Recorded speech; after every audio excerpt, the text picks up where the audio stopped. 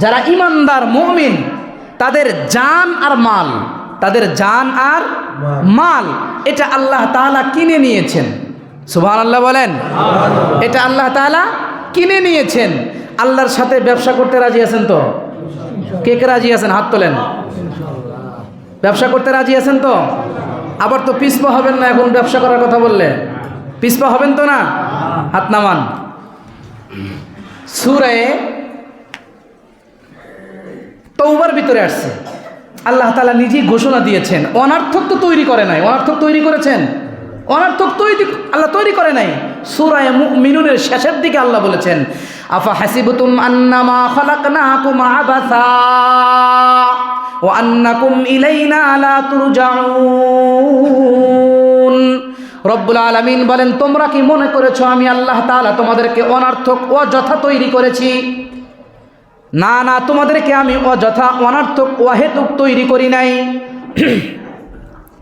রব্বুল আলামিন বলেন, তোমাদেরকে আমার কাছেই ফিরে আসতে হবে, তোমাদেরকে আমি আল্লাহর কাছেই ফিরে আসতে হবে, প্রত্যাবর্তন আমার কাছেই করতে হবে। রব্বুল আলামিন আরেক জায়গায় সূরা তাওবার ভিতরে বলেন, ইন্নাল্লাহা আশতারা মিনাল মুমিনিনা আনফুসাহুম ওয়া আমওয়ালাহুম বিআন্না লাহুমুল জান্নাহ। রব্বুল আলামিন বলেন, নিশ্চয়ই আল্লাহ তাআলা মুমিনদের থেকে কিনে নিয়েছেন তাদের জান এবং তাদের মাল, বিনিময় হলো জান্নাত। বিনিময় কি ভাই? আল্লাহু আকবার, জোরে বলেন। আল্লাহ তাআলা মুমিনদের জান আর মালকে কিনে নিয়েছেন, বিনিময় কি? জোরে বলেন। জান্নাত। বিনিময় জান্নাত। জান ও মাল আল্লাহ তাআলা কিনে নিয়েছেন, বিনিময়ে দিয়েছেন হলো জান্নাত।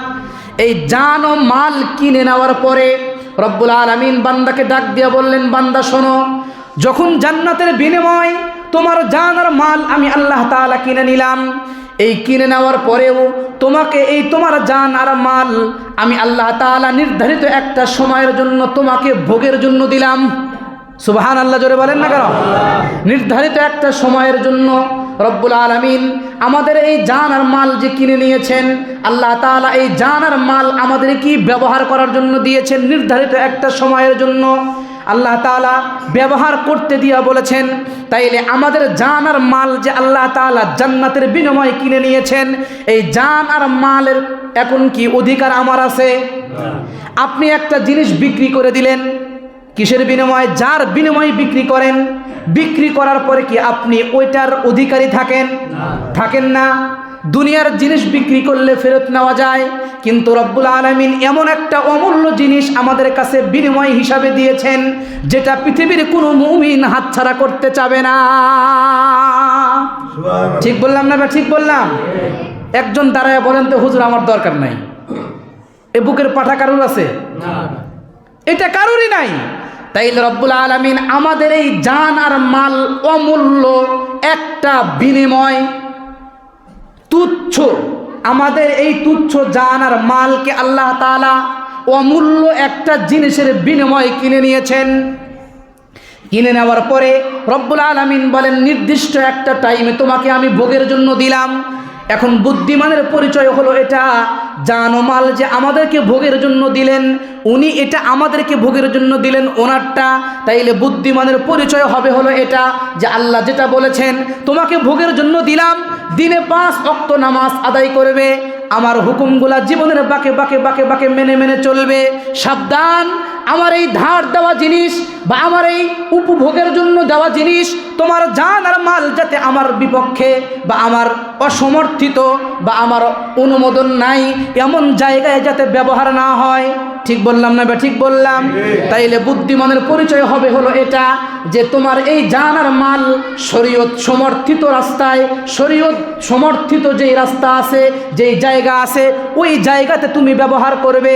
শরীয়ত সমর্থিত জায়গাতে যদি ব্যবহার করো, তাইলে রব্বুল আলামিন বলেন, তাইলে তুমি তোমার ওই বিনিময়ে যে জান্নাত, ওই জান্নাতের আসল মেহমান তুমি হয়ে যেতে পারবে। আর যদি আমার এই ধার দেওয়া জিনিস চূড়ান্ত বিনিময়, জান্নাতের বিনিময়ে যেটা তোমাকে দিলাম, আমার ধার দেওয়া এই জীবনের মাল যদি তুমি 14ই ফেব্রুয়ারিতে ব্যয় করো, তাইলে আর ওই জান্নাতের অধিকারী হতে পারবে না। কি বলেন? পাবেন? পাবেন না, এটা কখনোই সম্ভব না। কারণ এটার একমাত্র মালিক হলো আল্লাহ। উনি কিনে নিয়েছেন, বিনিময় দিয়েছেন জান্নাত। এখন যদি এটা যদি 14ই ফেব্রুয়ারি যারা বিক্রি করবে বা 14ই ফেব্রুয়ারি যারা এটাকে ব্যবহার করবে, কারণ এটা তো উনি আমাদেরকে ধার দিয়েছেন, আমাদের সম্পদ দিয়েছেন ধার, একটা সময় এগুলা সব বিলীন হয়ে যাবে। অমূল্য একটা সম্পদের বিনিময়ে আল্লাহ তাআলা এটাকে কিনে নিয়েছেন, সেই অমূল্য সম্পদ হলো জান্নাত। সুতরাং স্পষ্ট কথা হলো এটা, যারা অমূল্য সম্পদ জান্নাতের বিনিময়ে ধার দেওয়া এই জান এবং মাল 14ই ফেব্রুয়ারিতে ব্যয় করবে, আল্লাহকে হাজির নাজির জেনে এই কথা বলা যায় তাদের ইমানের ভিতরে ঘাটতি আছে। কোশ্চিন কালেও তারা অমূল্য বিনিময়ে ওই জান্নাতে যাইতে পারবে না, যদি তওবা ছাড়া মারা যায়। কি ছাড়া? তওবা ছাড়া। এটা বিজাতীয় সংস্কৃতি। এটা কি জাতীয় সংস্কৃতি? বিজাতীয় সংস্কৃতি। এটা কখনোই ইসলামী মুসলমানি কালচার হতে পারে না, এটা ইসলামী সভ্যতা হতে পারে না, এটা ইসলামী সংস্কৃতি হতে পারে না। তোমাকে যদি ভালোবাসতেই হয়, তোমাকে যদি মোহাব্বত করতেই হয়, ইমানদার তো মোহাব্বত করবে তার পিতা আর মাতাকে, ইমানদার তো মোহাব্বত করবে মাদারেস মাসাজিদকে, ইমানদার তো মোহাব্বত করবে আল্লাহ আল্লাহর রসুলকে। অবৈধ ভালোবাসা, এটা কিসের ভালোবাসা? এটা আবার কি? রসুলের বিপক্ষে কথা বলে, ইসলামের বিপক্ষে কথা হয়, মুসলমানদের সভ্য সংস্কৃতি নিয়ে তুচ্ছ তাচ্ছিল্যের দৃষ্টিতে আমার কথা বলা হয়, মুসলমানদের সংস্কৃতি নিয়ে আমার অপমান করা হয়, তখন তুমি মুসলমান, তখন তোমার মাথায় কোনো কিছু আসে না যে না এটা কেন বললো, তখন কিছু হয় না। আর বিজাতীয় সভ্য সংস্কৃতির সাজে সেজে তুমি নিজেকে মুসলিম দাবি করবা, এটা অসম্ভব, এটা হতেই পারে না। ভালোবাসা হতে হবে, সব কিছু হতে হবে কার জন্যে? আল্লাহর জন্যে। এটা কোন ধরনের সংস্কৃতি? এটা কোন ধরনের সংস্কৃতি? সেজন্য যারা অভিভাবক তারা নিজেদের সন্তানদেরকে, নিজেদের অধীনস্থদেরকে আপনারা সচেতন করবেন। রাজি আছেন তো ইনশাআল্লাহ? তাইলে এই জান আর মাল কার দেওয়া? এটা কি আল্লাহ কিনে নিয়েছেন কিসের বিনিময়? জোরে বলেন না কেন? সবাই বলেন না কেন? কিসের বিনিময়? জান্নাতে যাইতে চান কারা কারা? হাত তোলেন। লিল্লাহে তাকবীর। হাত নামান। জান্নাতে যাইতে চাইলে ওই যে আল্লাহ দিয়েছেন কিছু সময়ের জন্য, ভোগের জন্য, আল্লাহ যে নিজেই আবার বললেন যে তোমরা কি করো, দিনে 5 ওয়াক্ত সালাত আদায় করো, জীবনের বাঁকে বাঁকে বাঁকে বাঁকে তোমরা বিধিবিধানগুলোকে মেনে চলো।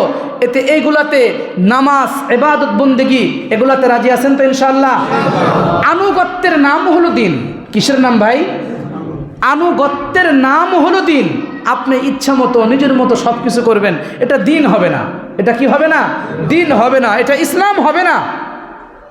আনুগত্যের নাম হলো দিন। আজকে গুরুত্বপূর্ণ একটা রাত্রি, এই রাত্রির ব্যাপারে, এটার ব্যাপারে কি কি আমল বা কি কি করণীয় ইনশাল্লাহ ঈশার আগ থেকে আলোচনা হবে, লম্বা আলোচনা হবে ইনশাল্লাহ, লম্বা আলোচনা হবে কি কি করণীয় আছে, কি কি বর্জনীয় আছে। আর বিপরীত কিছু লোক আছে যারা বলে যে এটার কোনো ভিত্তি নাই, এটার কোনো ভিত্তি নাই। এক কথায় আমি বলি কি, যারা কোরআন হাদিস জানে না ওরাই বলে শবে বরাতের ভিত্তি নাই। যারা কি জানে না, কোরআন হাদিস জানে না, ওরাই বলে এটার ভিত্তি নেই। আর একটা পার্টি আছে, কি পার্টি জানেন? আহলে হাদিস পার্টি। কি পার্টি? আহলে হাদিস পার্টি। এই ব্যাপারে হাদিসের উসুল ভিত্তিক কিছু কথা ইনশাল্লাহ রাত্রে বলবো। চাইছিলাম এই টাইমেই বলার, এখনই বলার, কিন্তু আমার ইয়াগুলা, ওই হাদিসের উসুলগুলা এখন পর্যন্ত পড়া শেষ হয় নাই, এখন পর্যন্ত পড়া শেষ করতে পারি না। কিছু উসুল অসমাপ্ত আছে, সংগ্রহ করতে পারি না এখনও, সেজন্য ওই উসুলগুলো সংগ্রহের জন্য একটু লেট হচ্ছে। ইনশাল্লাহ এটার উপরে বিস্তারিত আলোচনা ইনশাল্লাহ মাগরিবের পরে ঈশার আগ থেকে হবে ইনশাল্লাহ। তো যাই হোক, তাইলে আনুগত্যের নাম হলো দিন। কিসের নাম ভাই? আনুগত্যের নাম হলো দিন। আপনি মন গড়া কোনো কিছু করবেন, এটা হবে না, এটা হবে না। তো এমন কোনো বাপের বেটা পৃথিবীতে আজ পর্যন্ত জন্মগ্রহণ করে নাই। আমি চ্যালেঞ্জ করে বলবো, এমন কোনো বাপের বেটা পৃথিবীতে আজ পর্যন্ত জন্মগ্রহণ করে নাই যে হানাফি মাযহাব যারা ফলো করে, হানাফি মাযহাবের কোনো আমলকে জাল প্রমাণ করবে, পৃথিবীতে কোনো বাপের বেটার জন্ম এখনো হয় নাই। পারলে সামনে বসো। হানাফি মাযহাব এদের আমলকে জাল প্রমাণ করবে, এখনো পৃথিবীতে কোনো বাপের বেটা এরকম জন্ম হয় নাই। বুকে সাহস থাকলে বসবেন। আমি না পারলে আমার উস্তাদ আছে, হিম্মত করেই বলছি, বুকে সাহস নিয়েই বলছি। তা আনুগত্যের নাম হলো দিন। তো এখন আনুগত্যের নাম হলো দিন। সাহাবায়ে কেরাম, তাবেঈন, তাবেঈন, এই তিনটা যুগ, কয়টা যুগ? তিনটা যুগ। এই তিনটা যুগে খায়রুল কুরুন, আম্মা জান আয়েশা সিদ্দিকা বলেন, সাআলা রাজুলুন নবিয়্য সাল্লাল্লাহু আলাইহি ওয়াসাল্লাম, আম্মা জান বলেন যে এক ব্যক্তি নবীকে জিজ্ঞাসা করলেন আইয়ুন নাস খায়রুন, কোন যুগের মানুষগুলা উত্তম? নবীজি বললেন, আল করুনুল্লাযী আনা ফীহি, আমি যেই যুগে আছি এই যুগের মানুষগুলা উত্তম। সুবহানাল্লাহ বললেন না? এরপরে বললেন সুম্মা সানি, অর্থাৎ এর পরের যুগ তাবেঈর যুগ। এরপরে বললেন সুম্মা সালিস, অর্থাৎ তাবেঈর যুগ। সাহাবী কাদেরকে বলে? যারা নবীকে দেখেছে জীবিত অবস্থায়। কি অবস্থায়? জীবিত অবস্থায়। এদেরকে বলা হয় সাহাবী। আরও কিছু বিস্তারিত সংজ্ঞা আছে। এরপরে তাবেঈ বলা হয় যারা সাহাবীদেরকে দেখেছে, তাবেঈ বলা হয় যারা তাবেঈদেরকে দেখেছে। এই তিনটা যুগ হলো স্বর্ণযুগ। কি যুগ? খায়রুল কুরুনি করনি সুম্মাল্লাযীনা ইয়ালুনাহুম। আল্লাহ রাসূল বলেন আমার যুগ, এই যুগের মানুষগুলা সবচাইতে উত্তম। এরপরে রাসূল বলেন এরপরে সাহাবীদের মানে পরের যুগ তাবেঈদের যুগ, এই মানুষগুলা উত্তম। এরপরে বলেন তৃতীয় যুগ তাবেঈর যুগ, এরপরে তাবেঈর যুগগুলা উত্তম। তাইলে শবে বরাত বলে যে এই রাতের ফজিলত ভিত্তিহীন। কি বলে? এই রাতের ফজিলত ভিত্তিহীন। এই রাতের ফজিলত যারা ভিত্তিহীন বলে তারা মূলত কোরআন আর হাদিস জানে না। তারা মূলত কি জানে না? কোরআন আর হাদিস জানে না। এ রাতের ফজিলত ভিত্তিহীন নয়, এ রাতের ফজিলত 10 জন সাহাবীর থেকে হাদিস প্রমাণিত। কয়জন থেকে? 10 জন।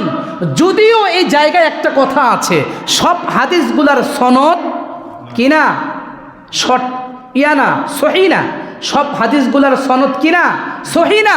এ কথাটা রাত্রে আসবে ইনশাল্লাহ, বিস্তারিত আসবে। তাইলে 10 জন সাহাবীর থেকে প্রমাণিত, কমপক্ষে কয়জন? 10 জন সাহাবীর থেকে প্রমাণিত। সাহাবীর যুগে ছিল, তাবেঈর যুগে ছিল, তাবেঈর যুগে ছিল, তাবেঈর যুগ, তাবেঈর যুগ, সাহাবীর যুগ, তাবেঈর যুগ, তাবেঈর যুগে যেই আমল প্রমাণিত ছিল, 1500 বছর পরে যদি তুমি এক কোথাকার একজন এসে বলবা যে এই রাতের ফজিলত ভিত্তিহীন, এ রাত প্রমাণিত নয়, তুমি বলবা আর আমরা মেনে নেব? এত সোজা। এ রাতের ফজিলত আছে, ভিত্তিহীন নয়। খায়রুল কুরুনে ছিল এ রাতের ফজিলত, খায়রুল কুরুনে এ রাতের ইবাদত ছিল, তারা এ রাত্রে ইবাদত করত। প্রমাণ আছে, এ রাতের ফজিলত ভিত্তিহীন নয়।